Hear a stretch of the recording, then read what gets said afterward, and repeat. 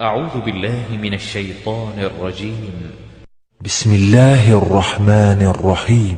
وإذا سمعوا ما أنزل إلى الرسول ترى أعينهم تفيض من الدمع مما عرفوا من الحق يقولون ربنا آمنا فاكتبنا مع الشاهدين وما لنا لا نؤمن بالله وما جاءنا من الحق ونطمع أن يدخلنا ربنا مع القوم الصالحين فأثابهم الله بما قالوا جنات تجري من تحتها الأنهار خالدين فيها وذلك جزاء المحسنين والذين كفروا وكذبوا بآياتنا أولئك أصحاب الجحيم يا أيها الذين آمنوا لا تحرموا طيبات ما أحل الله لكم ولا تعتدوا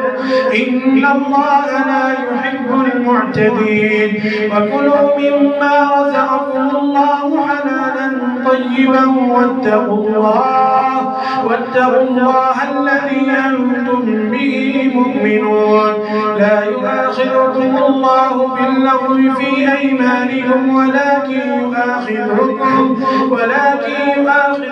بما عقدتم الأيمان فكفارته إطعام 10 مساكين من أوسط ما تطعمون أهليكم أو كسوتهم أو تحرير رقبة فمن لم يجد فصيام 3 أيام ذلك كفارة أيمانكم إذا حلفتم واحفظوا أيمانكم كذلك يبين الله لكم آياته لعلكم تشكرون يا أيها الذين آمنوا إنما الخمر والميسر والأنصاب والأزلام رجس من عمل الشيطان فاجتنبوه لعلكم تشكرون إنما يريد الشيطان أن يوقع بينكم العداوة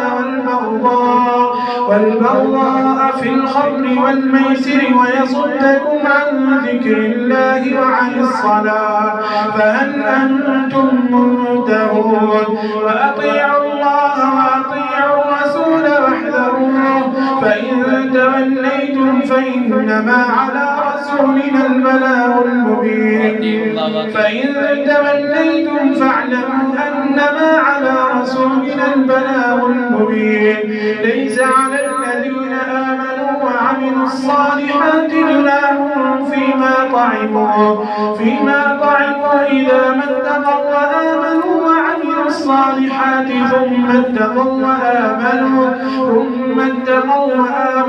ثم اتقوا وأحسنوا والله يحب المحسنين يا أيها الذين آمنوا ليبلونكم الله بشيء من الصيد تناله أيديكم ورماحكم ليعلم الله من يخافه بالغيب فمن اعتدى بعد ذلك فله عذاب أليم يا أيها الذين آمنوا لا تقتلوا الصيد وأنتم حرم ومن قتله منكم متعمدا فجزاء مثل ما قتل من النعم يحكم به ذوى عدل منكم هديا بالغ الكعبة أو كفارة طعام مساكين أو عدل ذلك صياما ليذوق وبال أمره عفى الله عما سلف ومن عاد فينتقم الله منه والله عزيز ذو انتقام أحل لكم صيد البحر وطعامه متاعا لكم وللسيارة وحرم عليكم صيد البر ما دمتم حرما واتقوا الله الذي إليه تحشرون جعل الله الكعبة البيت الحرام قياما للناس والشهر الحرام والهدي والقلائد ذلك لتعلموا أن الله السماوات وما في الأرض وأن الله بكل شيء عليم. اعلموا أن الله شديد العقاب وأن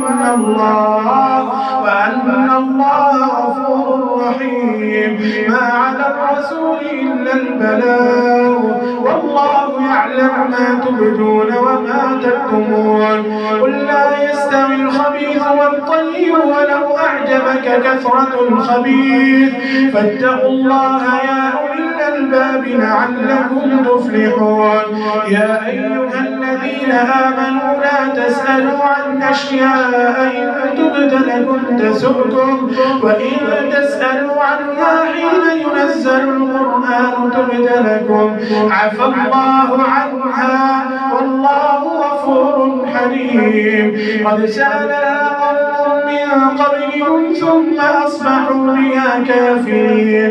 ما جعل الله من بحيرة ولا سائبة ولا وصيلة ولا حام ولكن الذين كفروا يفترون على الله الكذب وأكثرهم لا يعقلون. وإذا قيل لهم تعالوا إلى ما أنزل الله وإلى الرسول قالوا حسبنا ما وجدنا عليه آباءنا أولو كان آباؤهم لا يعلمون شيئا ولا يهتدون. يا أيها الذين آمنوا عليكم أنفسكم لا يضركم من ضل إذا اهتديتم إلى الله مرجعكم جميعا فينبئكم بما كنتم تعملون.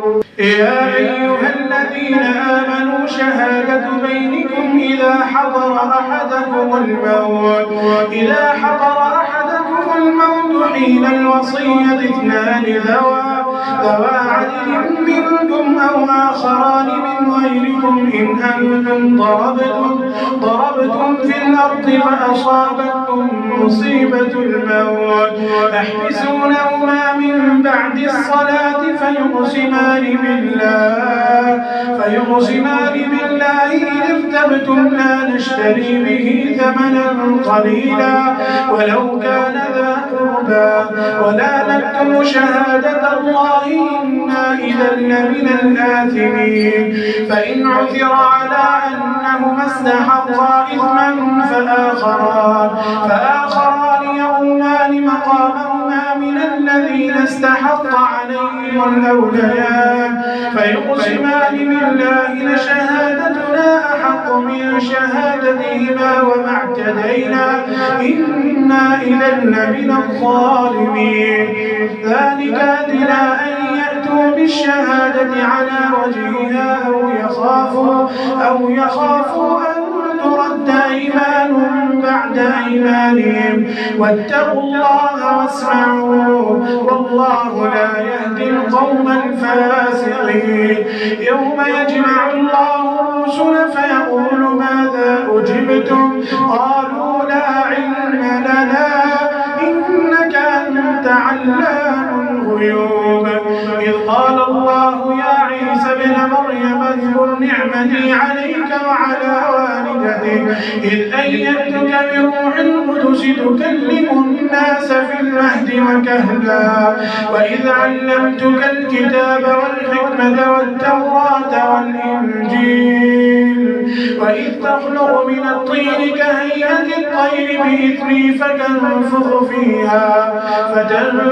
فيها فتكون طيرا بإذني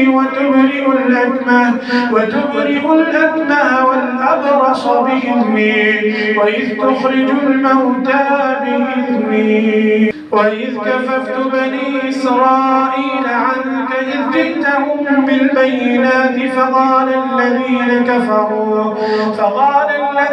كفروا منهم إن هذا إلا سحر مبين. وإذ أوحيت إلى الحواريين أن آمنوا بي وبرسولي قالوا آمنا واشهد بأننا مسلمون. إذ قال الحواريون يا عيسى عيسى ابن مريم هل يستطيع ربك أن ينزل علينا مائدة من السماء؟ قال اتقوا الله إن كنتم مؤمنين. قالوا نريد أن نأكل منها وتطمئن قلوبنا ونعلم أن قد صدقتنا ونكون عليها من الشاهدين.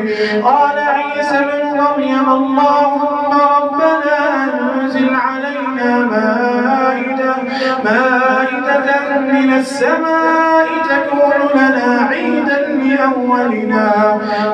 لأولنا وآخرنا وآية منك وارزقنا وأنت خير الرازقين.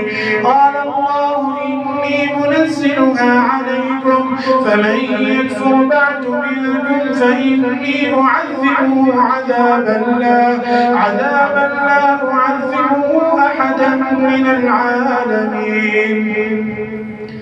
وإذ قال الله يا عيسى ابن مريم أنت قلت للناس اتخذوني وأمي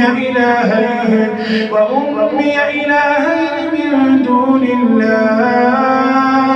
قال سبحانك ما يكون لي أن أقول ما ليس لي بحق إن كنت قلته فقد علمته تعلم ما في نفسي ولا أعلم ما في نفسك إنك أنت علام الغيوب.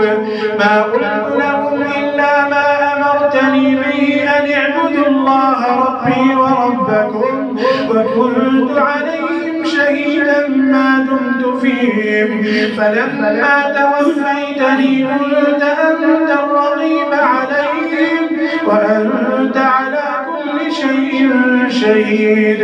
إن تعذبهم فإنهم عبادك وإن تغفر لهم فإنك أنت العزيز الحكيم. قال الله